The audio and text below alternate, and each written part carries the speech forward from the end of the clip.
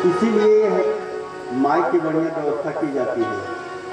जो आयोजक बने हुए हैं ना माई, इसीलिए ज्यादा प्रचार प्रसार करते हैं कि आप सहित परिवार, कि मैं भी तरण तारण मेरा भी हो जाए और पूरे परिवार गांव समाज का भी तरण तारण हो जाए।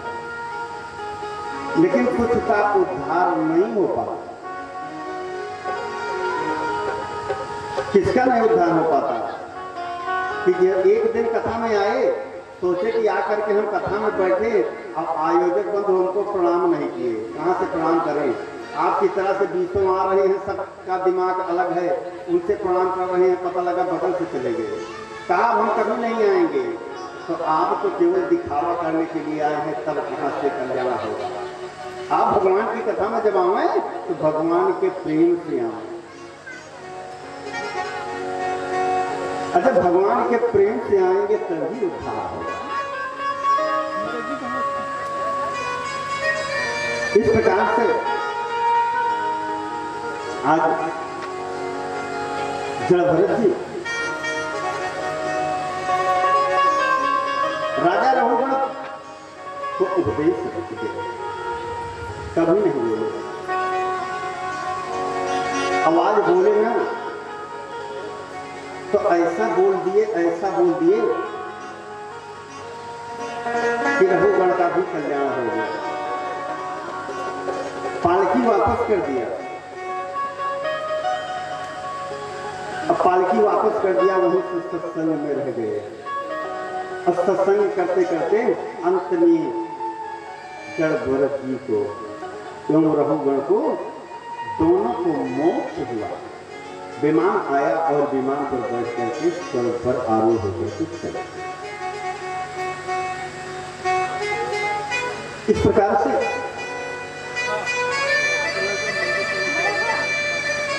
उसके बाद ये पंचम स्कंध की कथा थी। अब षष्ठम स्कंध है, आइए प्रवेश करते हैं। बहुत ही सुंदर कथा षष्ठम स्कंध की।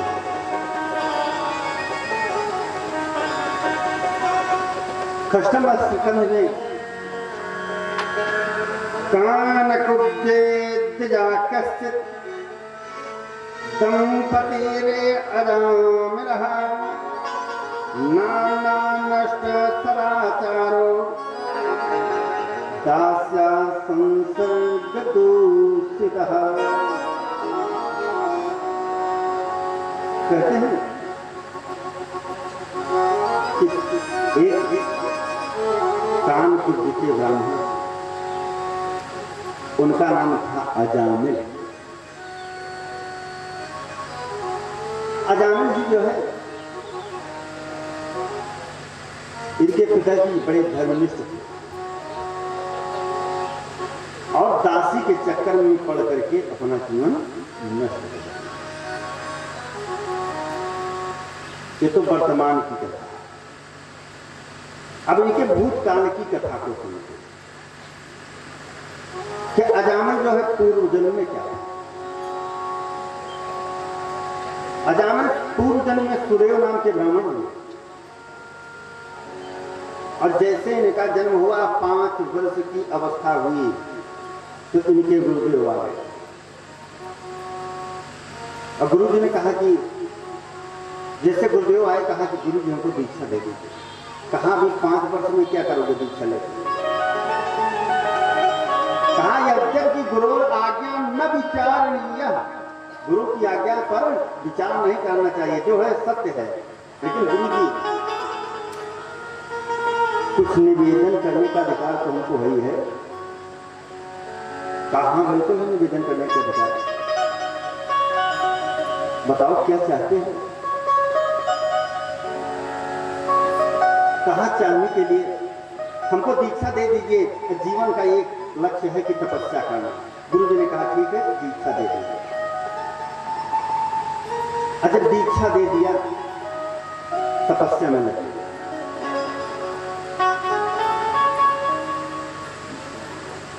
गुरु जी ने कहा कि दीक्षा दे रहा हूं तुमको और तुम तपस्या करो, लेकिन एक बात समझ लो। कहा क्या? कहा कि स्वर्गलोक से अप्सराएं आएंगी जब तुम्हारी तपस्या अधिक हो जाएगी,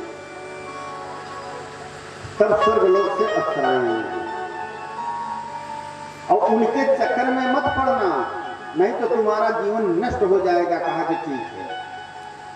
अजामिल पूर्व जन्म में सुदेव नाम के ब्राह्मण थे, सुधर्मा नाम के 80 वर्ष तक तपस्या किया उन्होंने। और 80 वर्ष तक तपस्या करने के बाद एक दिन गंगा स्नान करने के लिए जा रहे थे, ब्रह्म मुहूर्त में अचानक फिसल गए और गिर पड़े। उधर से पर्व का समय था और उस पर्व काल में एक राजा साहब आ रहे थे, पूरे परिवार के साथ गंगा स्नान करने के लिए अपने रथ पर बैठते हैं। और इधर सुधर्मा नाम के ब्राह्मण गिर पड़े और बेहोशी आ गए। राजकुमारी को दया आई और उनको जैसे दया आई आकर के पहुंची और गंगा जल ले आ, मुखमंडल में छींटा मारा और छींटा मारने के बाद अपने आंचल से साफ करने लगी। इतने में ब्राह्मण देवता की आंख खुल गई। अगर आंख खुल गई तो समझा कि गुरु जी ने बताया था जब तपस्या अधिक हो जाएगी तो स्वर्गलोक से अपसराएं आएंगी। श्राप दे दिया, जाओ तुम बेश्या हो जाओ। राजकुमारी ने कहा कि प्रभु क्या कर रहे हो,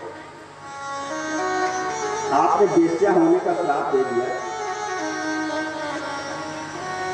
हमने तो आपका मुखमंडल, आपके मुखमंडल पर छींटा मारा, आपकी सेवा किया। राजा रानी आकर के हमें देने करने लगे और जितने लोग थे ये तो आपकी सेवा कर रहे थे। कहा क्या बताएं, सेवा तो कर रही थी लेकिन हमारी एक समस्या है, अब आप श्राप हो गया तो कथा न जाए देव ऋषि वाणी, देवताओं ऋषियों की वाणी व्यर्थ में नहीं जाती। भूल तो हमसे हुई ही है, अब भूल का हमको प्रायश्चित करना है।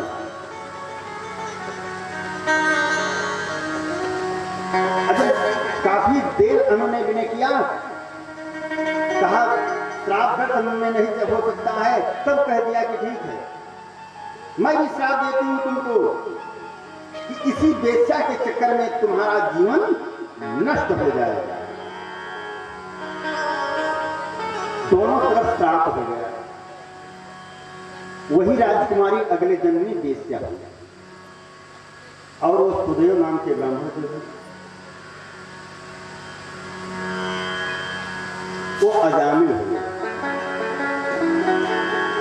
और जब अजामिल हुए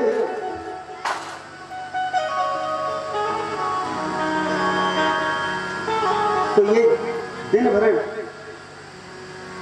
डकैती करते। एक दिन जा रहे थे तो देख रहे हैं कि एक बेश्या मदिरा पी करके नृत्य कर रही है, उसी में अपनी आसक्ति को लगा दिया और आसक्ति को लगाने के बाद धीरे धीरे घर का समस्त धन उसको दे डाला। अगर समस्त धन दे दिया तो बेश्या से विवाह कर लेते हैं, उसके 9 पुत्र हैं। अब उधर हिसाब किताब खुला कि पूर्व पिछला जन्म में तो इसने बहुत तपस्या किया था, वो तपस्या उदय होने का समय आ गया। और वो तपस्या उदय कैसे होती, तो नारद जी को भेज दिया। देखिए अचानक किसी के पास जब धन वैभव आ जाता है ना तो समझो पूर्व जन्म का तप जो है उदय हो गया, तभी धन वैभव आता है। अचानक धन वैभव आ गया तो क्या आया कि बिनु हर कृपा मिले नहीं संता, जब परमात्मा की कृपा होती है तभी संत का आगमन होता है। तो परमात्मा की कृपा हो गई, नारद जी आ गए। इधर अजामिल चौराहे पर बैठा हुआ, सुबह से शाम हो गई, रात हो गई, रात होने को आई लेकिन कहीं कोई मिल नहीं रहा है। और नारद जी आ गए, हरि का गुणगान करते हैं। आइए 2 बार भगवान नाम का उच्चारण करते हैं, इसके बाद प्रभु जी देखिए। श्रीमन नारायण नारायण नारायण, श्रीमन नारायण नारायण नारायण, श्रीमन नारायण नारायण नारायण, श्रीमन नारायण नारायण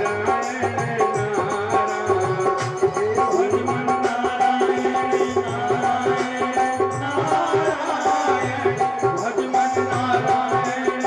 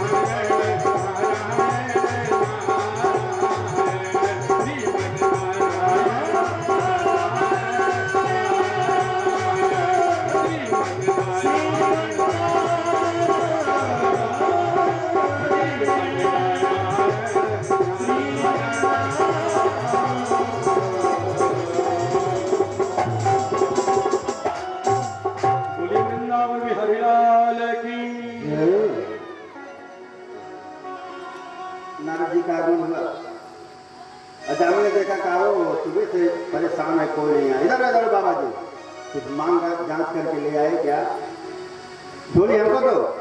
नारद जी ने कहा हम कुछ मांगने वाले बाबा नहीं हैं, भिखारी बाबा नहीं हैं। कहा झोली में क्या है? कहा लो। तो लेते हैं तो क्या है? झोली से निकाला तो शंख, शालिग्राम की मूर्ति। अब भोग लगाने के लिए भी कुछ नहीं है, क्योंकि नारद बाबा ब्राह्मण तो क्या करता है, आपके यहाँ पहुंचा तो कहेगा भोग लगाने के लिए बढ़िया चीज लिया और भाई मेवा हो तुलसी जल। तो जब भोग लगाने के लिए आ गया तो भोग लग गया और ब्राह्मण देवता भी पा लिए। कहा ये शालिग्राम संग पोथी पुष्पैती है, इसके अलावा कुछ है नहीं। कहा महाराज क्या बताएं, आप मिले हैं तो हम कुछ लेना चाहते हैं, कहें मैं देने के लिए आपको आया हूं। कहा क्या क्या देने के लिए आए हो?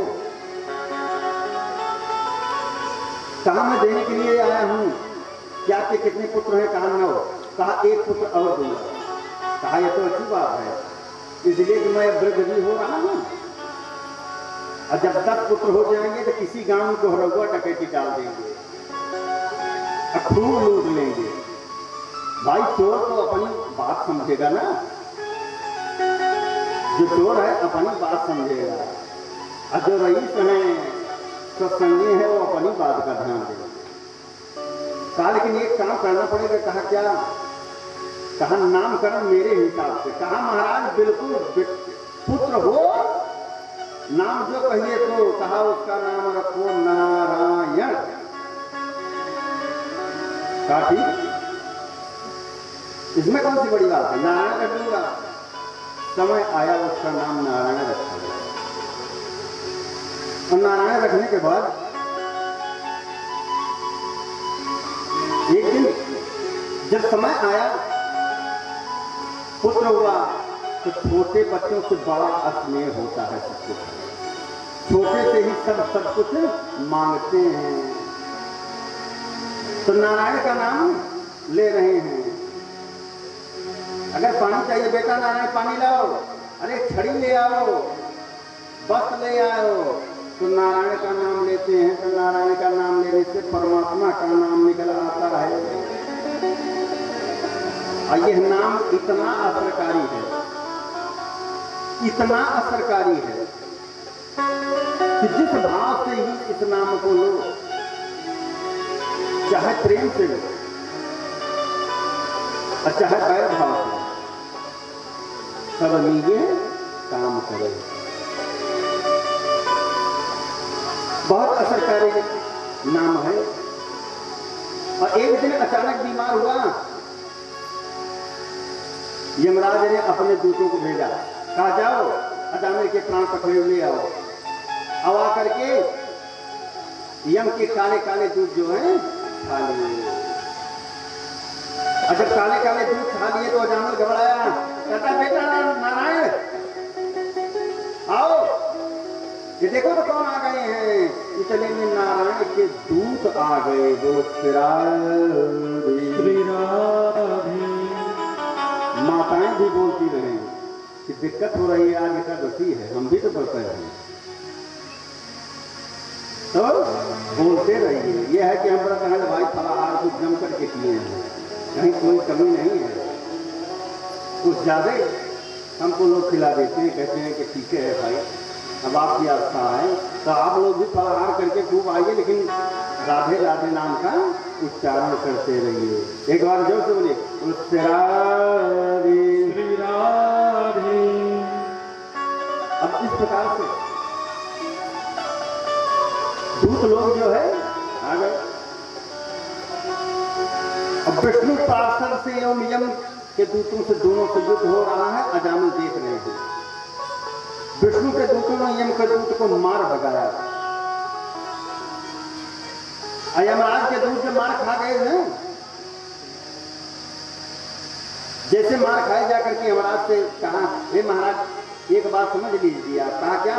कहा तो कि अपना जो है खाता होता वही खाता ठीक समझ करके तब हमको भेजा कीजिए। कहा क्या? कहा हमने नारायण नाम लिया। इतने में यमराज ने क्या किया, मैं ऊपर से लगा लिया अंगुली। कहा क्या हुआ? बोलना नहीं तो वो कहा बिल्कुल साफ नहीं। अरे जो पवित्र नाम बोल रहे हो ना, जो हमारे यहाँ नरक में यातना भोग रहे हैं ना, एक बार यह नाम कान में पड़ गया तो सबको मोक्ष हो जाएगा। इतना असरकारी नाम है। तो अब घुमा करके बात कर रहे हैं। कहा क्या बताएं? उनके दूत आ गए। कहा उनके दूत नहीं आ गए, उनकी तपस्या आ गई। उस समय था अजामिल को ज्ञान मिलना था। अजामिल ने क्या किया कि पुनः वो क्या करता है कि देखता रहता है जैसे। और जब दोनों दूत वापस चले गए तो अजामिल भी घर छोड़ करके सुंदर काशी नगरी में जाता है और वहीं परमात्मा का भजन करता है और भजन के प्रभाव से अंत में मोक्ष को प्राप्त करता है। अब आइए सप्तम स्कंध में प्रवेश करते हैं, क्योंकि कथाएं बहुत हैं। 2 बार भगवान नाम का उच्चारण करते हैं, क्योंकि अगली कथा सुन रहा है तो भगवान नाम का उच्चारण बोलो श्री राम जय राम जय जय राम। बोलो श्री राम जय राम जय जय राम। बोलो श्री राम जय राम जय जय राम। श्री राम जय राम जय जय राम। श्री राम जय राम जय जय राम। श्री राम जय राम जय। बोलिए वृंदावन बिहारी लाल की जय। अब 17वें स्कंध में भक्त प्रहलाद की कथा बहुत सुंदर है। कल के प्रसंग में आपने सुना था हिरण्याक्ष की कथा।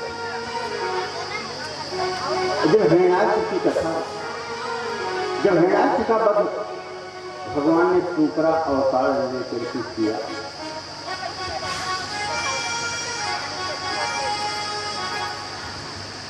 जब हिरण्याक्ष का वध हो गया तो हिरण्याकशिपु अपने गुरु जी के पास कहा, गुरुदेव कहा हाँ, कहा ऐसा है कि मैं विष्णु से बदला नहीं हूं। कहा क्यों? तुम विष्णु से बदला नहीं ले सकते, क्योंकि इतना आसान नहीं है विष्णु से दुश्मनी लेना। कहा नहीं, हमारे भाई को उन्होंने मारा, अरे भाई को मारा है तो मैं उनसे बदला लूंगा।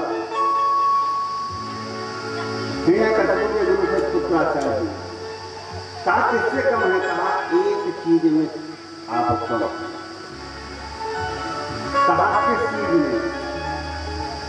वो शक्तिशाली विष्णु किस चीज में है बताइए, वो उसी शक्ति को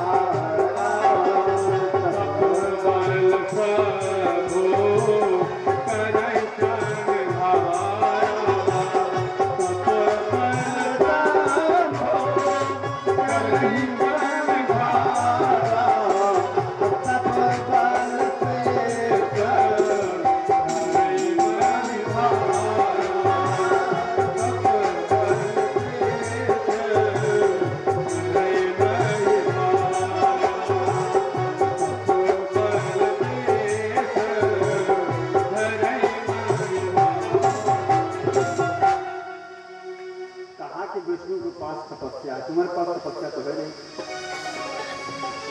हिरण्यकशिपु ने कहा गुरु जी क्या बात करते हैं, मैं सब कुछ करूंगा। कहा तपस्या करो, वरदान पाओ और उसके बाद विष्णु को मारो ललकार करके।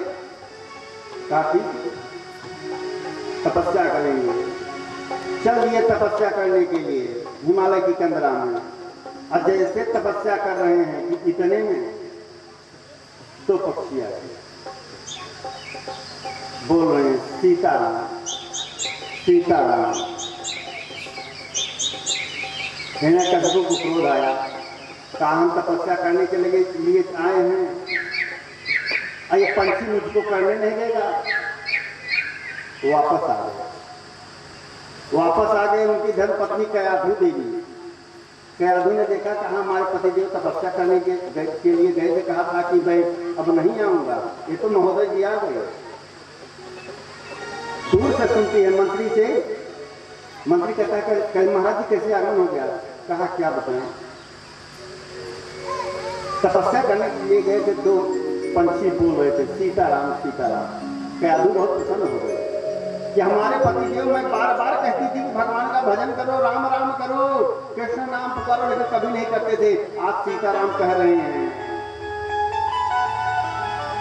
तो हमने कथा में सुना था यह नाम बहुत तारक मंत्र है, बहुत जपना चाहिए, और 108 बार जप ले तो बहुत पुण्य होता है।